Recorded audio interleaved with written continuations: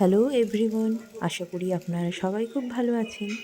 আজকের ব্লগে আমি আপনাদের দেখাবো শীতের সকালে ঝটপট কিছু আয়োজন এবং দুপুরে ছাদ বাগানে ফুটে থাকা এক অদ্ভুত সুন্দর বোগেনভেলিয়ার দৃশ্য।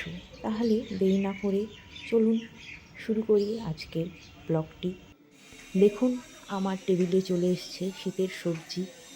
এই দিয়েই হবে আজকের মেনু। প্রথমেই হবে শিম আলু ভাজা। তার প্রস্তুতি পর্ব শুরু হয়ে গেছে। শিম আলু কেটে নিয়ে জলে কিছুক্ষণ ভিজিয়ে রাখতে হবে এবং তারপরে ভালো করে সেটাকে ধুয়ে নিতে হবে, কারণ আলুতে এই সময় একটু ধুলোবালি থাকে বেশি। সেই জন্য সেটাকে খুব ভালো করে আমি ধুয়ে নিচ্ছি। এবং ধুয়ে তারপরে সেটা ভালো করে ঝাঁঝরির মধ্যে নিচ্ছি। ঝাঁঝরিটাকে আগে একটু ধুয়ে নিলাম জল দিয়ে। সেগুলোকে ধুয়ে আমি সেই ঝাঁঝরির মধ্যে রাখছি। এইভাবে করে সমস্ত শিম আলু যেটা কাটা রয়েছে এটাকে তুলে নিলাম। তারপরে কড়াইয়ে সেই শিম আলু আমি ভাজতে শুরু করে দিয়েছি এবং শিম আলু প্রায় অনেকটাই ভাজা হয়ে গেছে। এতে আমি গোটা শুকনো লঙ্কা, কালো জিরা ফোড়ন দিয়েছি। তাই দিয়ে শিম আলুটা আমি খুব ভালো করে ভেজে নিচ্ছি। দেখুন, শিম আলু প্রায় ভাজা হয়েই গেছে। শিম আলু খুব সুন্দর খেতে লাগে। শীতকালের খুব ভালো একটি ডিশ। শিম আলু ভাজা তৈরি হয়ে গেছে, দেখতেই পাচ্ছেন ধোঁয়া উঠছে। এরপরে হচ্ছে বাঁধাকপি রান্নার প্রস্তুতিও শুরু হয়ে গেছে। বাঁধাকপি কাটা হয়েছে। তার সাথে আছে মটরশুঁটিটা আগেই আমি ছাড়িয়ে রেখেছিলাম। বাঁধাকপির সাথে দেবো আলু আর দেবো রাঙা আলু। এই হবে আজকে আমাদের বাঁধাকপির ঘন্টটা। এইগুলো কেটে নেওয়া হচ্ছে, সুন্দর করে সব কাটা চলছে। কেটে নেওয়ার পর সেগুলোকে আমরা ধুয়ে নেব। মটরশুঁটিটা আগে ধুয়ে নিচ্ছি, আগে একটু ভিজিয়ে রাখছি জলে, তারপরে সেটাকে আমি ধুয়ে নেব। এবার একটা বোলে জল নিয়ে নিলাম। জল নিয়ে বাঁধাকপিগুলো সেই বোলের জলে কিছুক্ষণ চুবিয়ে রাখবো। ভালো করে বেশ কিছুক্ষণ চুবিয়ে রাখবো। এরপর আস্তে আস্তে হালকা করে হাত দিয়ে একটু করে সেটাকে ঝাঁকিয়ে আমি ভালো করে ধুয়ে নিয়ে ঝাঁঝরিতে তুলে রাখবো। দেখতেই পাচ্ছেন, এরপরে আলুগুলো আমি আলাদা করে ধুয়েছি। ওই একই কারণ, কাদা থাকার জন্য আলাদা করে ধুয়ে নিয়েছি। আমার ধোয়া কমপ্লিট হয়ে গেছে। এদিকে বাঁধাকপি আলু সব ধুয়ে নিয়েছি, রেডি। এদিকে মটরশুঁটিও ধুয়ে নিয়েছি, পরিষ্কার করে সব ধুয়ে নিয়েছি। এরপরে আমি আমার রান্নাটা আজকে শুরু করব। প্রথমে এই কড়াইয়ে তেল বসিয়ে দিয়েছি। এরপর ওই তেলে আমি ফোড়ন দেবো, 5 ফোড়ন আর হচ্ছে শুকনো লঙ্কা। আপনারা কে কী ফোড়ন দেন কমেন্টে অবশ্যই জানাবেন। আর একটু দেবো হচ্ছে আদা বাটা আর কাঁচা লঙ্কা বাটা। আমি হামানদিস্তায় করে রেখেছি, সেটা এই বাঁধাকপিতে দেব। তাহলে শুরু করি রান্নাটা। তেল গরম হয়ে এসছে, আর একটু গরম হোক। তেলটা গরম হলেই এর মধ্যে আমি ফোড়ন দিয়ে দিলাম। ফোড়নটা বেশ চটচট করে আওয়াজ হচ্ছে। ফোড়নের আওয়াজ শুনতে খুব ভালো লাগে। তার সাথে ফোড়নের যে গন্ধটা, সেটাও অসাধারণ হয়। যাই হোক, ফোড়ন দেওয়ার পর এবার আমি আস্তে আস্তে বাঁধাকপি এর মধ্যে ছেড়ে দেবো। বাঁধাকপি আলু এগুলো আস্তে আস্তে ছেড়ে দেবো। বাঁধাকপিটা কড়াইয়ে মনে হয় যেন অনেকটা হয়ে আছে, কিন্তু আস্তে আস্তে সেই বাঁধাকপির যে জলটা থাকে সেটা বের হতে থাকে এবং বাঁধাকপিটা অনেকটাই সুস্থ হয়েছে, কমে যায়। তো বাঁধাকপি আমি দিচ্ছি। আমার এই যে ঝাঁঝরির মধ্যে এখনও কিছু বাঁধাকপি আলু রয়েছে, সেগুলো সম্পূর্ণটা আমি এই কড়াইয়ের মধ্যে আস্তে আস্তে ঢেলে দিচ্ছি এবং খুন্তি দিয়ে সেটা নাড়তে থাকছি। বেশ কিছুক্ষণ নাড়ার পর বাঁধাকপি নরম হয়ে এলো। এরপরে আমি এর মধ্যে আদা আর কাঁচা লঙ্কা বাটাটা দিয়ে দিলাম। সেটা দিয়ে একটু কষিয়ে নিচ্ছি। বাঁধাকপিটা ভালো করে কষিয়ে নিচ্ছি। বাঁধাকপি কষিয়ে নেওয়ার পর এর মধ্যে আমি বিভিন্ন মশলাগুলো দিয়ে দেবো, যেরকম হচ্ছে হলুদ, তারপরে হচ্ছে জিরে গুঁড়ো, ধনে গুঁড়ো, এগুলো দিয়ে দেবো, মটরশুঁটিও দিয়ে দেবো, দিয়ে আবার ভালো করে কষবো। খুব ভালো করে কষে নেবো। দেখতেই পাচ্ছেন খুব ভালো করে কষছি আমি। এরপর জল দিয়ে দেবো, সামান্য একটু জল দিতে হবে। বাঁধাকপি থেকে তো এমনিতে জল বার হয়। দেখুন বাঁধাকপিটা ফুটে উঠেছে, দেখছেন বন্ধুরা কি সুন্দর বাঁধাকপিটা হয়েছে। অন্যদিকে আমি চাল ভিজিয়ে রেখেছি, ভাতের জন্য চাল ভিজিয়ে রেখেছি এবং চালটা ধুয়েও নিয়েছি। এদিকে বাঁধাকপি হয়ে গেছে, বাঁধাকপি এদিকে পুরোপুরি রেডি হয়ে গেছে। আরেকদিকে আগের দিনের যে মাছ, সেটা আমি ভেজে রেখেছি, কাতলা মাছ ভেজে রেখেছি আগে থেকেই, এবং কাতলা মাছের ঝালের জন্য এই যে আমি প্রস্তুতি করে নিয়েছি। ধনে পাতা কেটেছি, তারপরে হচ্ছে টমেটো কেটে নিয়েছি, পেঁয়াজ কুচি করেছি, আদা রসুনকে থেতো করে নিয়েছি, কাঁচা লঙ্কা দিয়ে সমান বিস্তায় থেতো করে দিয়েছি। এটারও স্বাদ অপূর্ব হয়। আর এদিকে আমাদের হচ্ছে ডাল, অড়হর ডাল। অড়হর ডাল খুব উপকারী। অড়হর ডালের মধ্যে টমেটো, মটরশুঁটি, ধনেপাতা এগুলো সবই আছে এবং এই ডালটা খেতে অতি সুস্বাদু। সেই জন্যে আমাদের মেনুতে এই ডালটা মাঝে মাঝেই থাকে।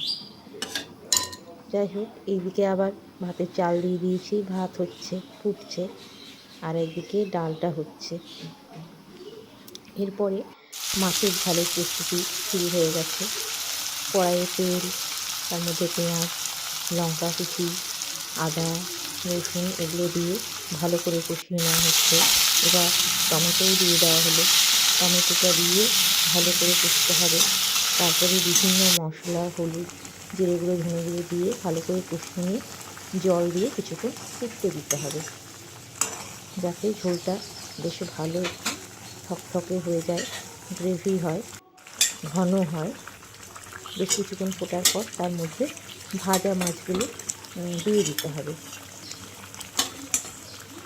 একে একে ভাজা মাছগুলো দিয়ে দিচ্ছি, ঝোলের মধ্যে ভাজা মাছগুলো একে একে দিয়ে দিচ্ছি।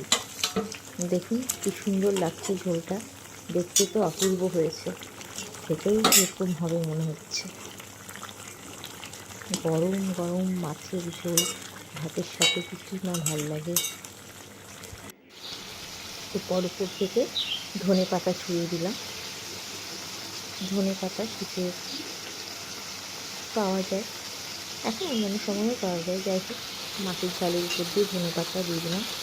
ধনে পাতা দিয়ে আমরা আজকে এই মাছের ঝোলটা প্রস্তুতি এখানে শেষ করলাম। তো হয়ে গেছে, নামানোর আগে ধনে পাতাটা আমরা একটু ছড়িয়ে দিলাম। দেখতে কি সুন্দর লাগছে, খুব সুন্দর লাগছে। মাছের ঝাল দেখুন পুরোপুরি প্রস্তুত, গামাখা গামাখা হয়েছে, খুব ভালো। আর এদিকে বেগুন ভাজার প্রস্তুতিও শুরু হয়ে গেছে। বেগুনটাকে ধুয়ে নিয়ে আমরা কেটে নিচ্ছি। বেগুনটাকে প্রথমে গোল গোল করে কাটছি, যেহেতু গোল গোল করলে চাকাটা খুব বড় হচ্ছে, তাই আবার আমি বেগুনটার এক একটা চাকা থেকে দুটো করে ভাগ করে নিয়েছি।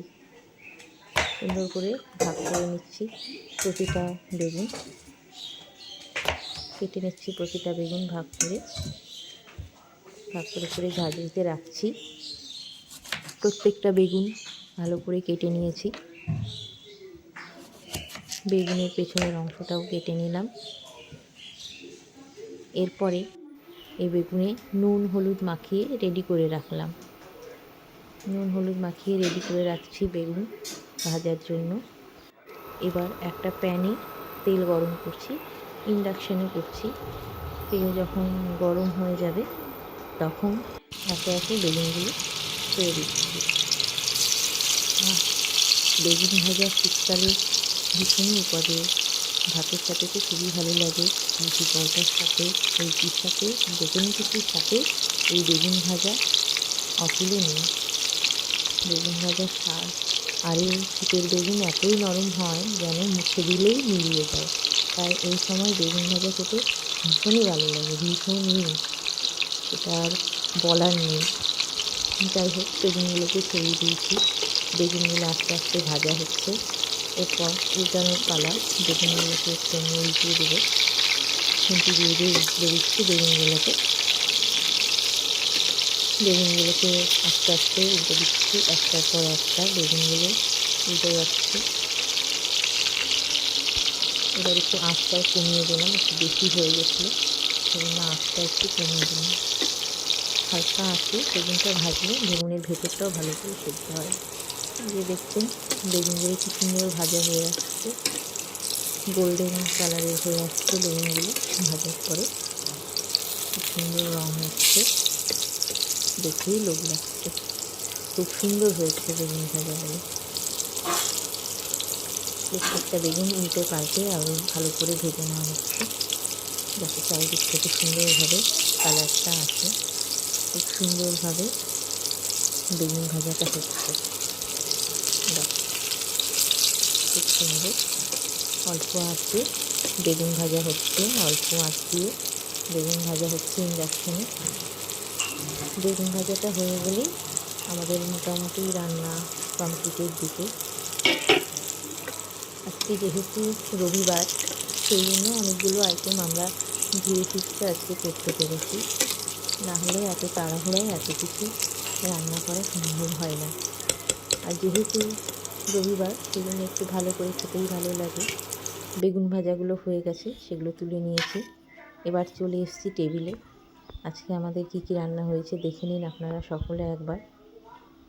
বাঁধাকপি, মাছের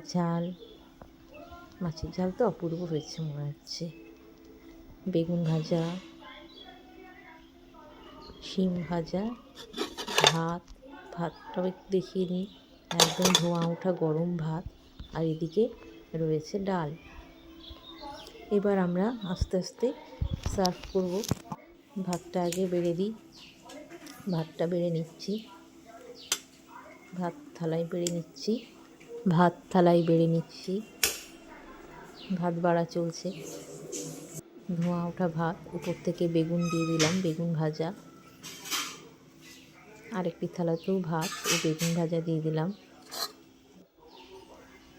এরপরে শিম ভাজাটা এক সাইডে দিয়ে দেবো। গরম ভাতের সাথে বেগুন ভাজা, আহা হা হা, তার সাথে আবার শিম ভাজা, আহ, অতুলনীয়। শিম ভাজার সাথে ভাত খেতে খুব ভালো লাগে। আমি যখন কলেজে পড়তাম তখন বেশিরভাগ দিনই আমি শিম ভাজা বা যে কোনো ভাজা দিয়ে ভাত খেয়েছিলাম। এরপর বাঁধাকপিটা সার্ভ করছি, বাঁধাকপি দিয়ে দিচ্ছি। বাঁধাকপিটাও দেখতে খুব ভালো হয়েছে, খেতেও খুব ভালো হয়েছে। বাঁধাকপি দিয়ে দিলাম। এরপরে দিয়ে দিচ্ছি মাছটা তো হয়েছে, অসাধারণ হয়েছে, অসাধারণ। না খেলে মানে বলাই যাবে না যে কেমন হয়েছে। খুব সুন্দর হয়েছে, দেখেই বোঝা যাচ্ছে খুব সুন্দর হয়েছে। যাক, আমার থালা প্রস্তুত হয়ে গেছে। এবার আমরা খাওয়া শুরু করে দিই। খাওয়া শুরুর পরে চলে যাব হচ্ছে আমার ছাদ বাগানে। চলে এসেছি আমার ছাদ বাগানে, দুপুরে একটু ঘুরে ঘুরে বেড়াচ্ছি আর গায়ে লাগিয়ে নিচ্ছি মিঠে রোদ্দুর। আর দেখুন, আমি টবে লাগিয়েছি একটি বোগেনভেলিয়া গাছ, এবং গাছ জুড়ে হয়েছে সুন্দর বোগেনভেলিয়া ফুল, এবং ফুলের রঙগুলো দেখুন কি সুন্দর ফুলের রঙ। গাছটি যদিও চারিদিকে বিস্তৃত হয়েছে, ছোট হলেও গাছটিতে কিন্তু ফুলে ভর্তি, চারিদিকে ফুলে ছড়িয়ে গেছে, কি সুন্দর থোকা থোকা হয়ে গাছটিতে ফুল এসেছে। শীতকালে দুপুরবেলায় যদি এরকম রঙিন ছাদ থাকে, তাহলে সেখানে ঘুরতে কার না ভালো লাগে। ভিডিওটি যদি আপনাদের ভালো লাগে তাহলে অবশ্যই লাইক করবেন, কমেন্ট করবেন আর সাবস্ক্রাইব করবেন ঝিনুক ব্লগ। নমস্কার, ভালো থাকবেন।